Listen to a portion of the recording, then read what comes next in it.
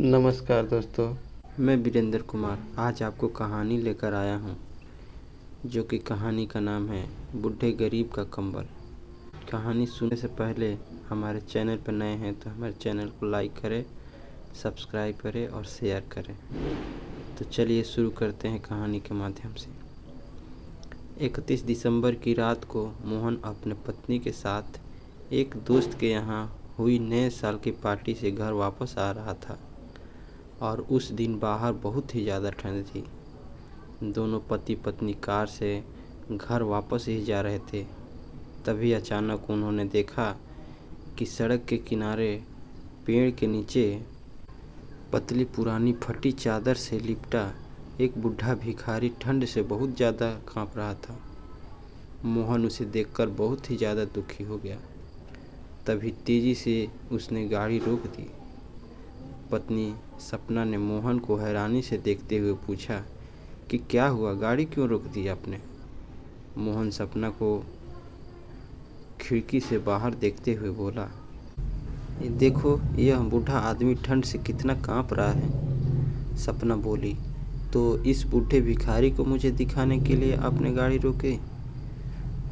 मोहन बोला, "अरे यार, गाड़ी में जो कंबल है वो हम इसे दे देते हैं, बेचारा बहुत ही मजबूर दिख रहा है।" तभी सपना ऐंठती हुई बोली, "मोहन, इतना महंगा कंबल आप इसे देंगे? अरे जो कंबल आप इसे दे भी देंगे तो भी ये उसे ओढ़ेगा नहीं, बल्कि उसे बेच देगा। ये लोग ऐसे ही होते हैं, इन्हें कितना भी दे तो उतना ही कम है।" तभी सपना की बात पर ज़्यादा ध्यान न देते हुए मोहन गाड़ी से बाहर उतरा और कंबल निकालकर उस बुजुर्ग को दे दिया। ये सब देखकर सपना ने मोहन से मुंह बना लिया और वह उससे गुस्सा हो गई। तभी अगले दिन, नए साल वाले दिन यानी जनवरी को भी बड़े गजब की ठंड थी। आज भी मोहन और सपना एक फंक्शन से लौट रहे थे तो सपना ने कहा कि चलो मोहन, एक बार देखें कि उस बूढ़े गरीब का क्या हाल है। ये बात सपना ने जानबूझकर कही थी ताकि वो उस गरीब को लालची और झूठा साबित कर सके।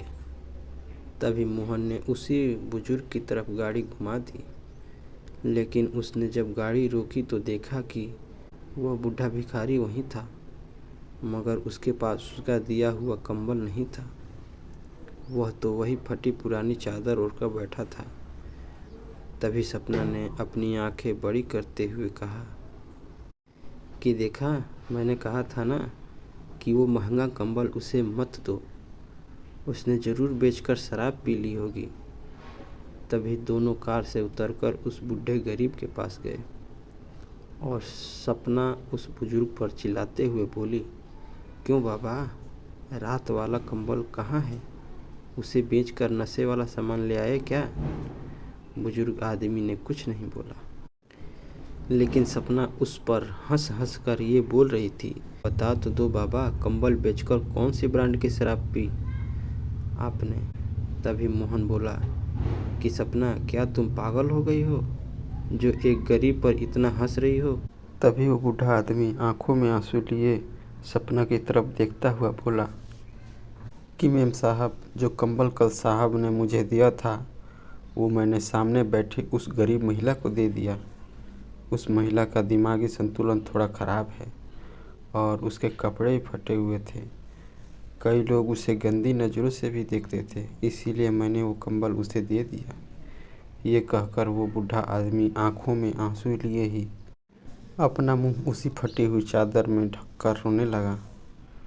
बूढ़े गरीब की सच्चाई सुनकर सपना को अपने आप पर बहुत ही ज़्यादा शर्मिंदगी होने लगी और उसने उस बूढ़े गरीब से माफ़ी भी मांगी और उसी समय अपना एक नया कंबल लेकर आई और वो कंबल उस बूढ़े गरीब को दे दिया।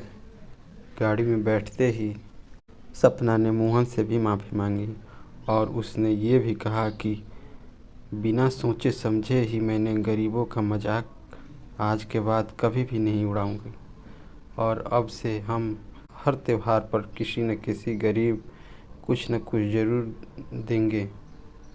ये सब सुनकर मोहन भी बहुत खुश हो गया और फिर वो दोनों खुशी खुशी अपने घर चले गए। तो दोस्तों बस इतनी सी थी ये कहानी। तो कैसी लगी हमारी कहानी? अगर हमारी कहानी अच्छा लगा तो हमारे चैनल को लाइक करें, सब्सक्राइब करें और शेयर करें।